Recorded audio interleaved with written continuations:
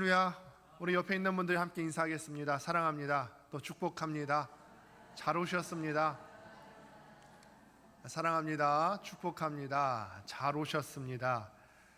오늘은 억울할 때 어떡할까요? 요한복음 강해의 34번째 시간입니다. 억울할 때 어떡할까요? 라는 제목으로 하나님 말씀 증거하겠습니다. 여러분, 억울한 일을 당해보신 적이 있으시죠? 내가 말하고 싶은데 해명해도 사람들이 잘 알아봐 주지 않고 인생을 살다 보면은 참 크고 작은 여러 가지 억울한 일을 만나게 됩니다. 저도 한번 생각해 봤어요. 말씀을 준비하면서 나에게 있었던 억울한 일들 뭐가 있을까? 어떤 큰 일들은 잘 생각이 나지 않는데 자잘한 것들은 좀 기억이 나더라고요. 이런 일이 있었어요. 대학생 때 제 친구와 함께 이제 도서관에 가서 공부를 하더랬습니다. 그런데 제 친구와 함께 공부를 하다가 이 녀석은 피곤했는지 얼마 지나지 않아서 이어폰을 끼고 책상에 엎드려서 자기 시작하는 거예요. 저는 열심히 공부를 했죠. 한참 열심히 공부를 하고 있는데 얘가 갑자기 방구를 뻥 끼는 거예요. 저는 그렇게 생각했어요. 얘가 지금 자기는 이어폰을 끼고 있어서 밖에 나가는 소리가 큰 소리가 나는 줄 알고 안심하고 끼웠나 보다. 저는 별로 신경 쓰지 않고 기도를 하고 있는데, 근데 여러분 그거 있잖아요. 분위기가 싸한 거, 모든 시선이 저를 바라보고 있는 것 같은 것, 그걸 느꼈어요. 사람들이 봤을 때 얘는 또 엎드려 있어서 잘 보이지도 않고 잠자느냐 방구를 끼진 않을 것 같고 사람들이 저를 의심하는 것 같은 눈초리로 다 저를 보고 있는 거예요. 그때요, 제가 얼마나 해명하고 싶었는지 몰라요. 얼마나 외치고 싶었겠어요. 내가 아니에요, 제가 아니라니까요. 너무너무 해명하고 싶고 너무너무 이 사실에 대해서 오해를 풀고 싶은 마음이 있었더랬습니다. 이것도 어떻게 보면 오해입니다. 사람이 살다 보면은 인생에서 여러 가지 크고 작은 오해들을 마주하게 됩니다. 교회라고 왜 아니겠습니까? 교회는 사람이 많이 모인 곳이지 않습니까? 그러다 보니까 사람들 사이에 오가는 여러 가지 말들이 있고 말들이 여러 가지 오가다 보면은 오해가 쌓이기가 너무나 쉽다라는 거예요. 내가 원치 않는 오해가 생기는데 이때 우리가 반드시 기억해야 될 게 있죠. 억울함을 말로 풀면 원망이 되지만 기도로 풀면 하나님의 기적의 응답이 일어나게 된다라는 거. 우리가 억울한 것을 말로 풀게 되면 원망밖에 할 게 더 있겠습니까?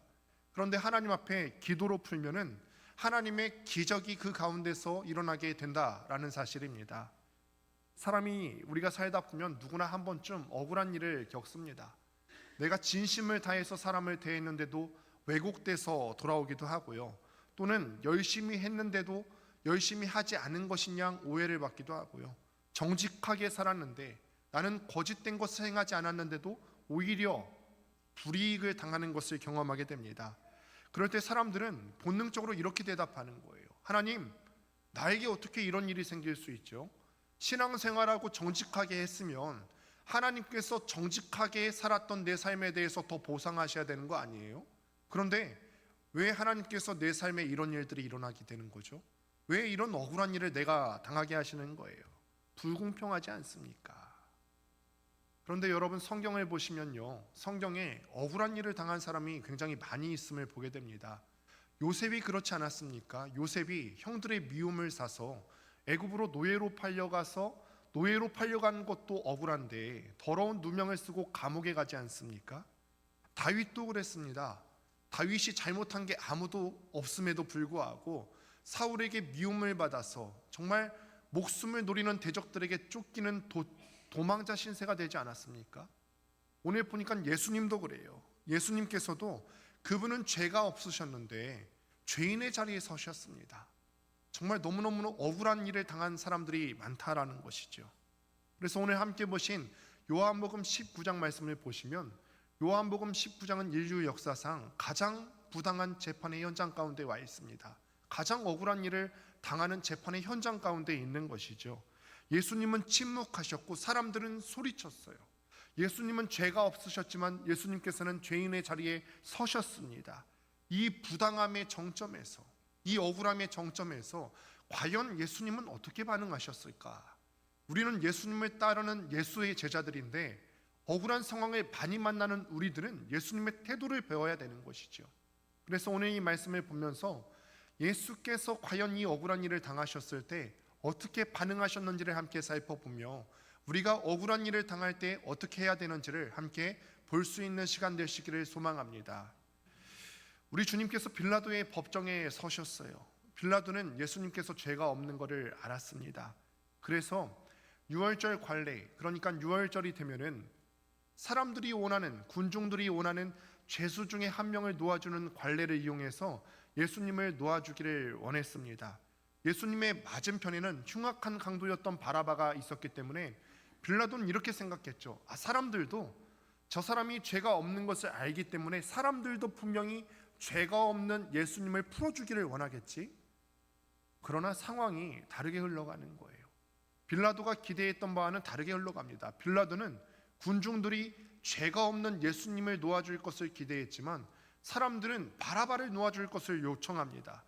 그가 지낸 말씀의 내용이었죠. 이 사람이 아니라 바라바라. 이 사람이 아니라 바라바라.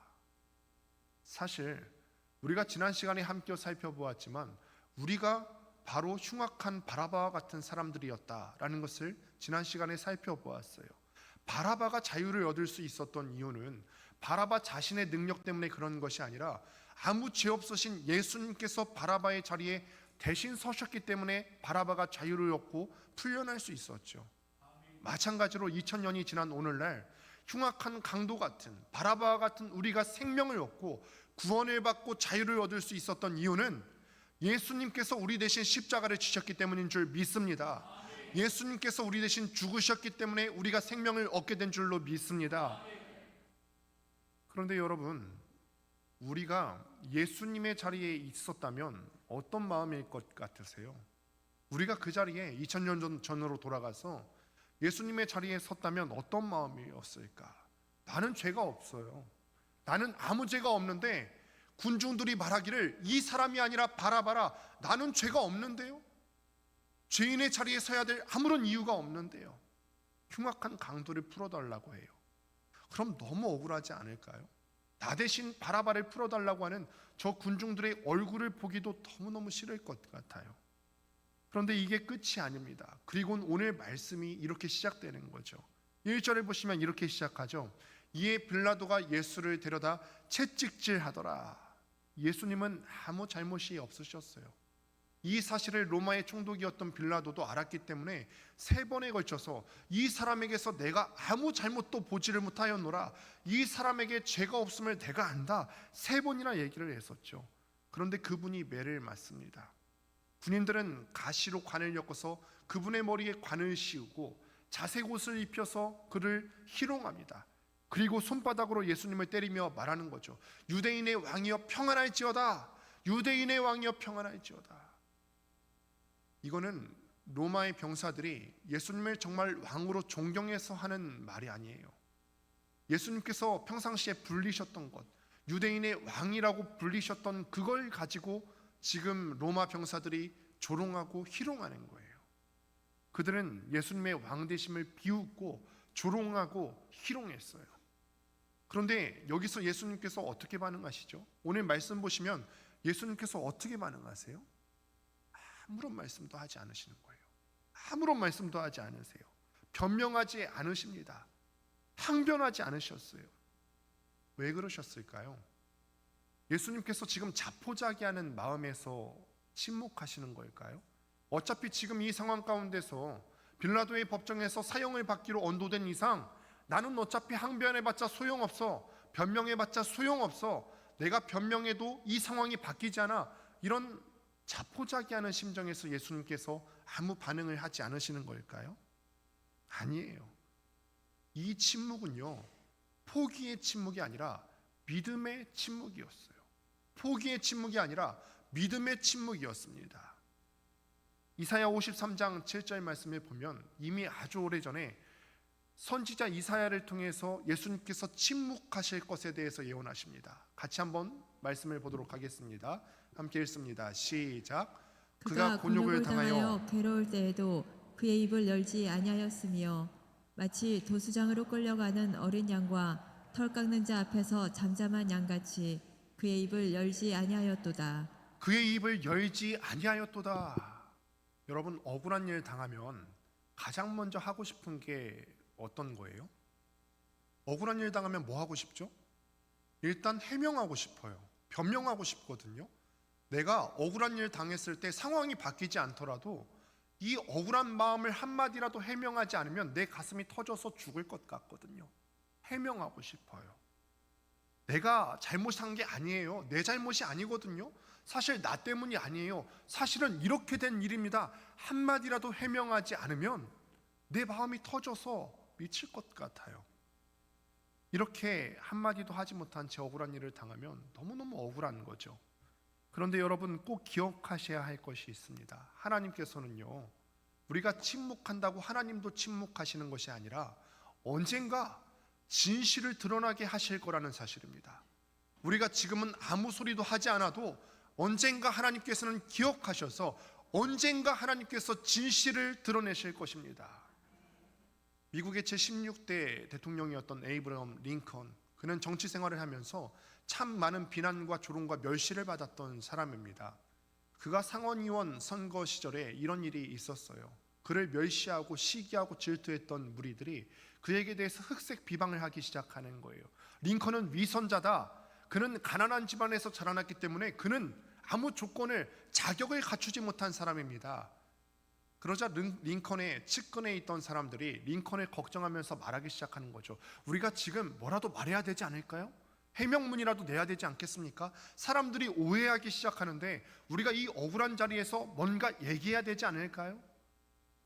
그러자 링컨이 이렇게 대답합니다. 진실은 시간이 말해줄 겁니다. 지금 내가 말하면 그건 변명이 되겠지만 시간이 지나면 그것은 진실이 될 것입니다. 그리고 얼마 되지 않아서 시간이 흘러서 링컨이 말한 대로 되는 거예요.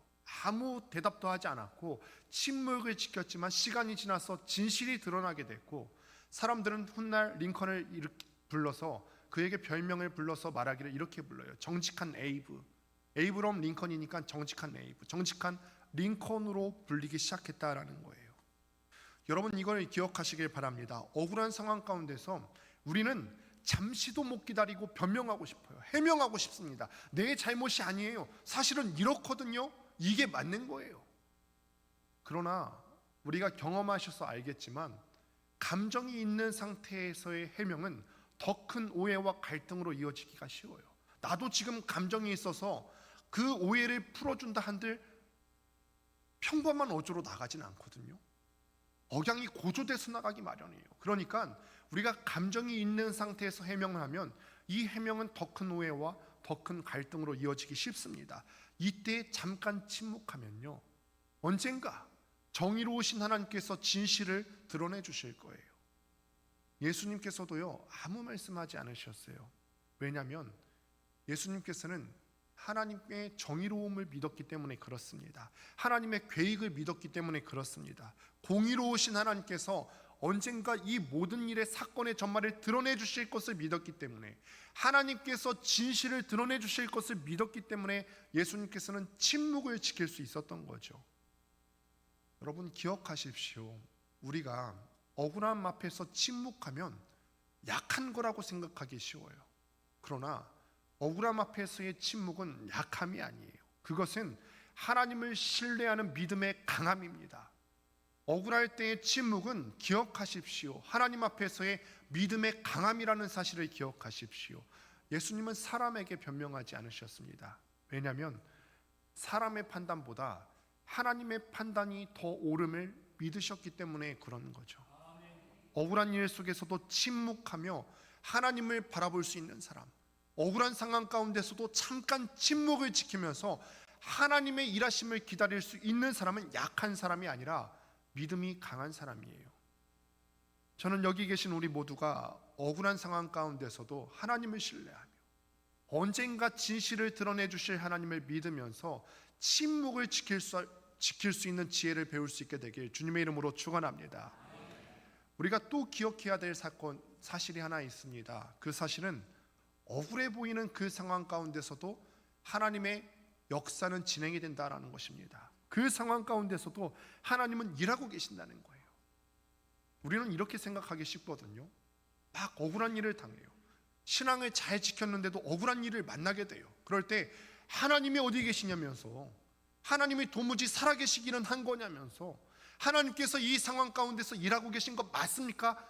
이런 생각이 들 때 있지만, 이때 기억하셔야 할 것은 하나님은 모든 상황 가운데서 역사하고 계신다는 것입니다. 빌라도는 예수님께서 무죄임을 알았어요. 그래서 아까 말씀드렸다시피 이 사람에게서 아무 죄도 찾지 못하였노라 3번 반복해서 얘기했다는 것은 빌라도는 확신했다는 거죠. 예수라는 사람에게서 도무지 죄를 찾을 수가 없다. 그래서 그는 3번이나 그렇게 얘기했죠. 하지만 군중들은 계속 외치는 거예요. 빌라도가 이 사람의 무죄에 대해서 얘기하는데도 불구하고 군중들이 말하기를 예수를 십자가에 못 박으소서, 그를 십자가에 못 박으소서.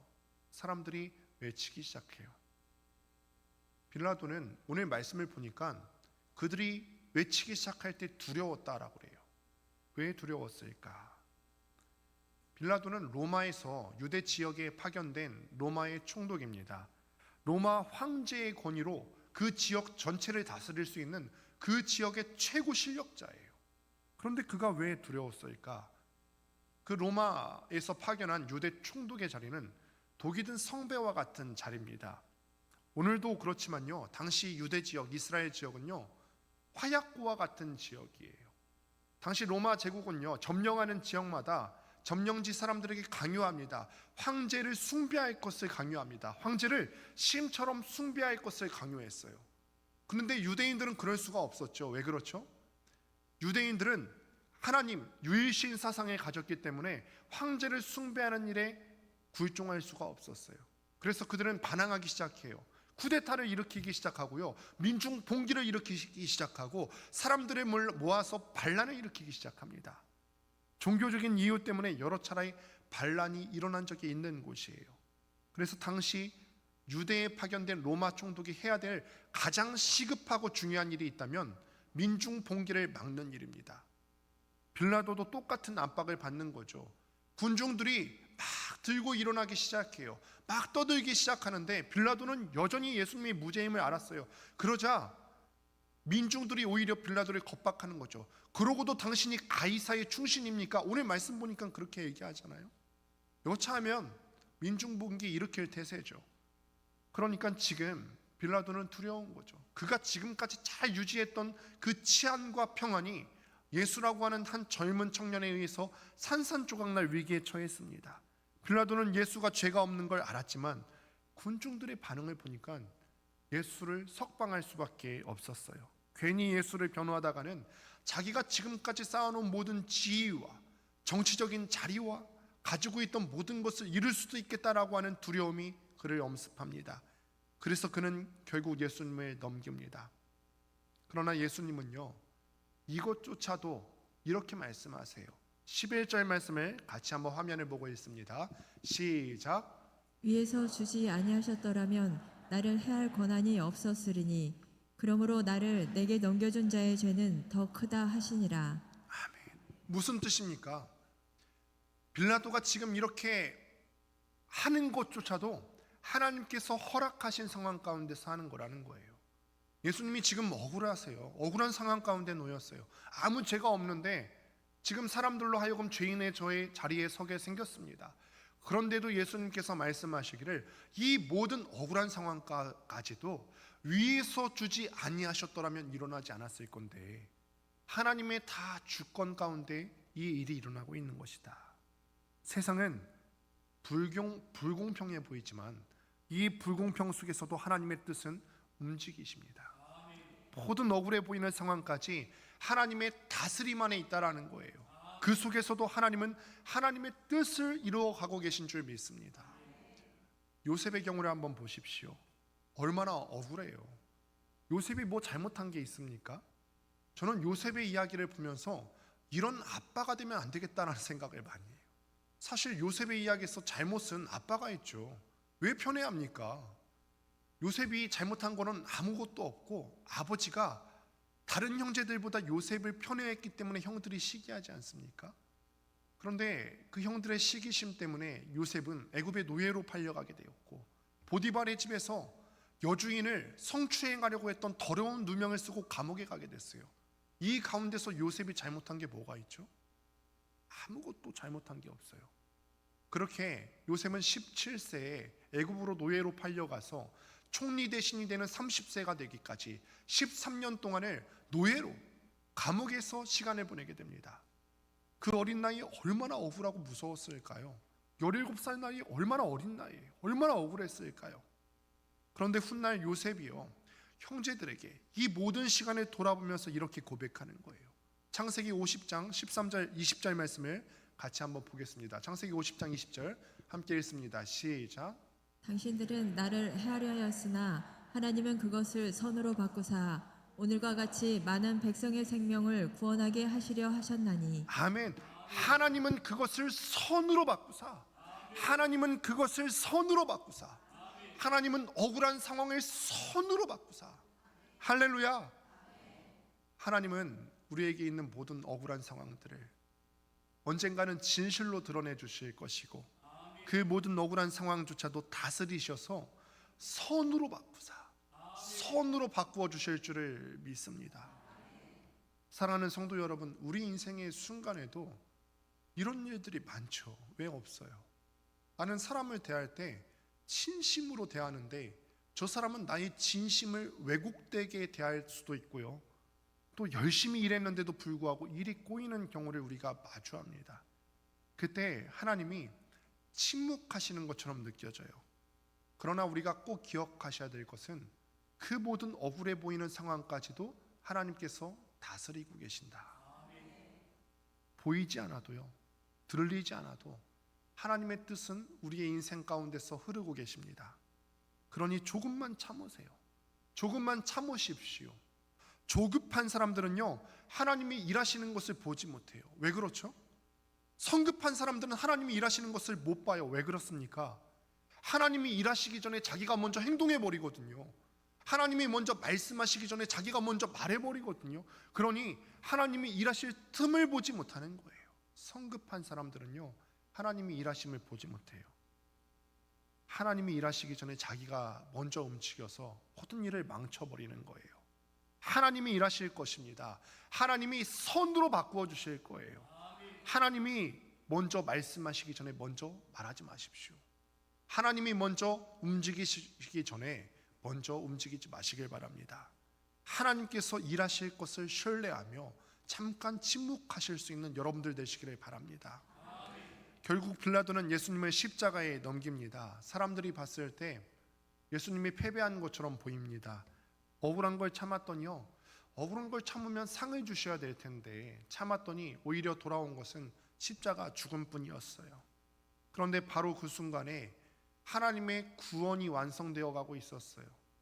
예수님은 억울한 일을 당한 것 같지만 그 억울함 가운데서 하나님께서는 당신의 의를 세워가고 있었습니다. 사람은 예수님을 억울하게 몰았지만 하나님께서는 그 억울함을 통해서 하나님의 뜻을, 하나님의 일을 이루어가고 있었어요. 우리의 삶에도 억울한 순간이 있습니다. 가정에서 얼마나 억울합니까? 직장에서 상사에게 인정받지 못하는 것 같을 때 얼마나 억울합니까? 교회 안에서도요, 다 좋은 사람들만 모인 것 같은데 이 사람들 사이에, 사람들 가운데 내가 구설수에 올랐을 때 얼마나 억울하세요?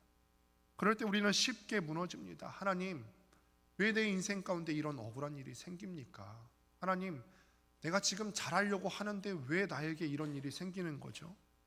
하지만 하나님께서 말씀하십니다. 그 억울함 가운데서 내가 일할 것을 믿어라. 그 억울함 가운데서 나를 믿어라. 내가 일을 이룰 거야. 억울함 가운데서도 잠시 기다려주지 않겠니? 내가 이걸 선으로 바꿀 거야. 나를 믿어라. 제가 어제 이 억울함에 대한 주제를 다루다가 물어봤어요. 아내에게 물어봤어요. 우리가 일상에서 생길 수 있는 억울한 일들이 뭐가 있을까? 그러니까 15구역에서 젊은 부부구역이잖아요. 신혼부부들이 이런 일을 겪는다고 해요. 그런데 이 얘기를 들어보니까요, 신혼부부만 겪는 게 아니라 우리 모든 결혼하신 부부들이 이런 것들을 겪죠. 아내들 어떨 때 억울하세요? 열심히 청소하고 집안일하고 그랬는데 남편이 돌아와서 이걸 알아주지 않을 때, 사실 집안일은 티가 안 나잖아요. 막 청소했다가도 애 한 명만 있어봐요. 이 청소가 될까요? 우리 손자 두신 분들 요즘 생기시죠? 애들 다 커서 우리 집 깨끗할 줄 알았는데 손자 다시 들어오니까 어떠시던가요? 살림해도 티가 안 나요. 빨래하면 원래 하는 건 줄 알아요. 음식하면 원래 하는 건 줄 알아요. 제가 유튜브 보니까요, 기가 찰 만한 대사가, 이런 꽁트가 있더라고요. 부인이 살림을 열심히 했어요. 빨래를 열심히 했어요. 그런데 남편이 알아주지 않아요. 그러면서 남편이 하는 말이 뭔지 아세요? 야, 빨래 네가 했냐? 세탁기가 하지 않냐? 옛날에는 말이지 양잿물로 빨래했다.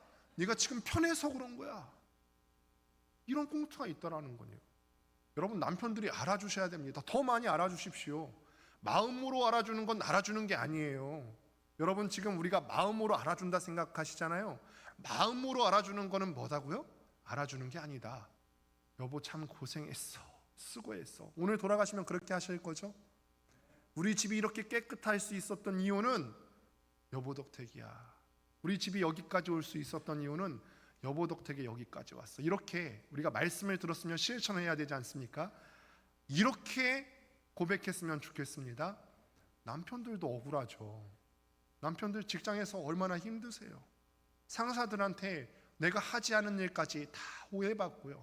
잘한 거는 인정받지 않고 못한 것은 하나만 잘못해도 들춰내지 않습니까? 이 억울한 세상.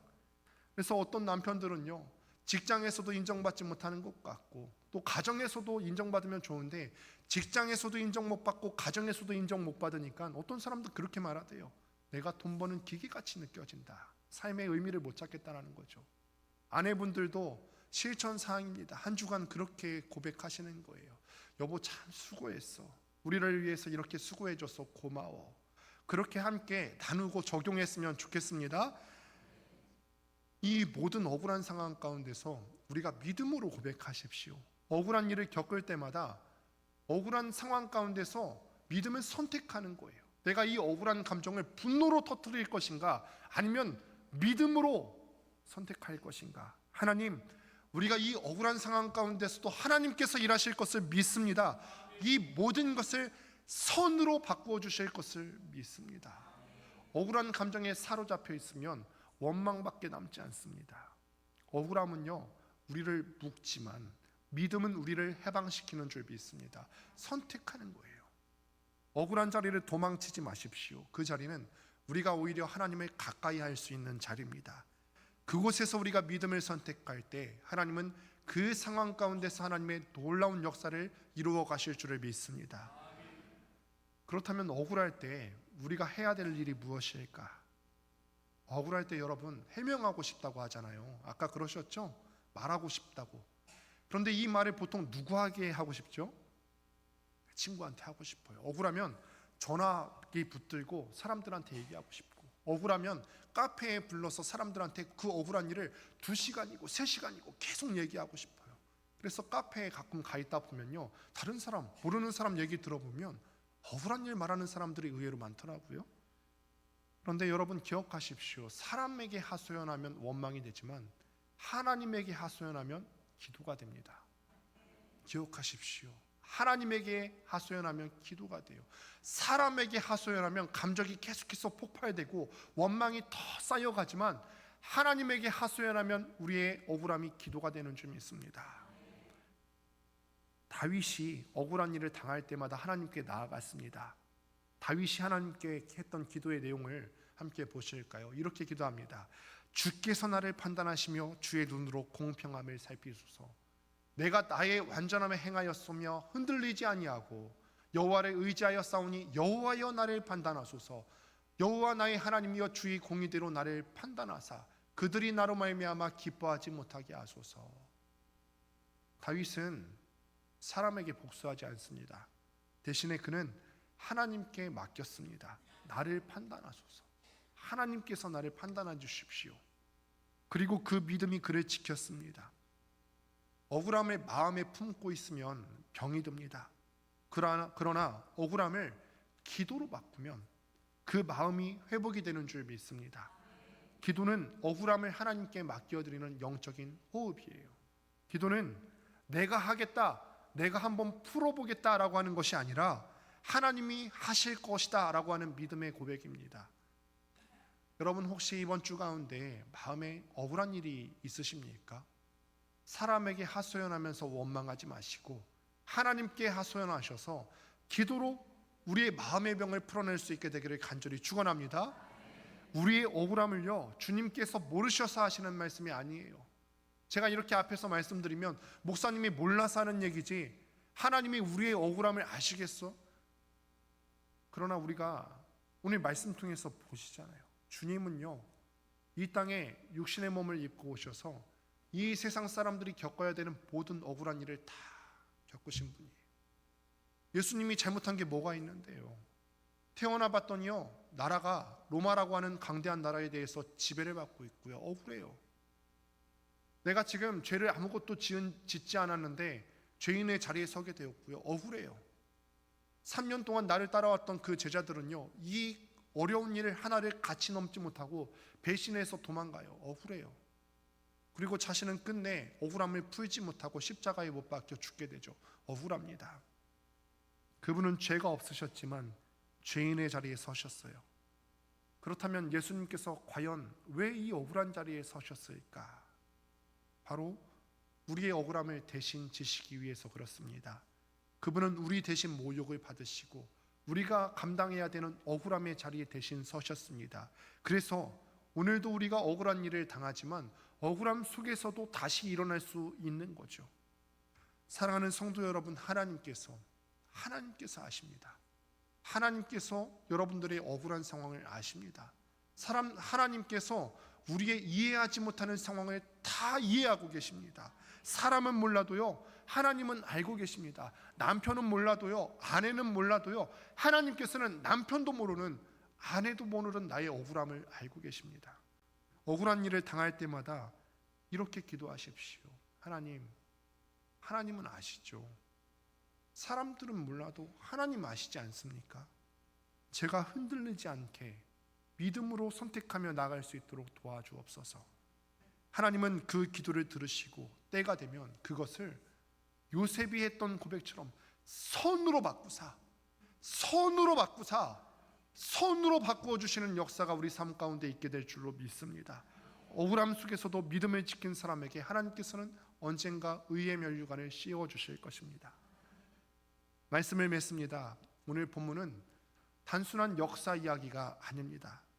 이 말씀은 억울한 상황 가운데서도 믿음으로 삶을 선택해가는 우리의 신앙 이야기입니다. 예수님은 세상 앞에서 억울함을 당하셨지만 그 억울함을 통해서 하나님의 일을 이루셨어요. 우리 또한 억울함을 피할 수는 없지만 그 속에서 우리가 선택할 수 있습니다.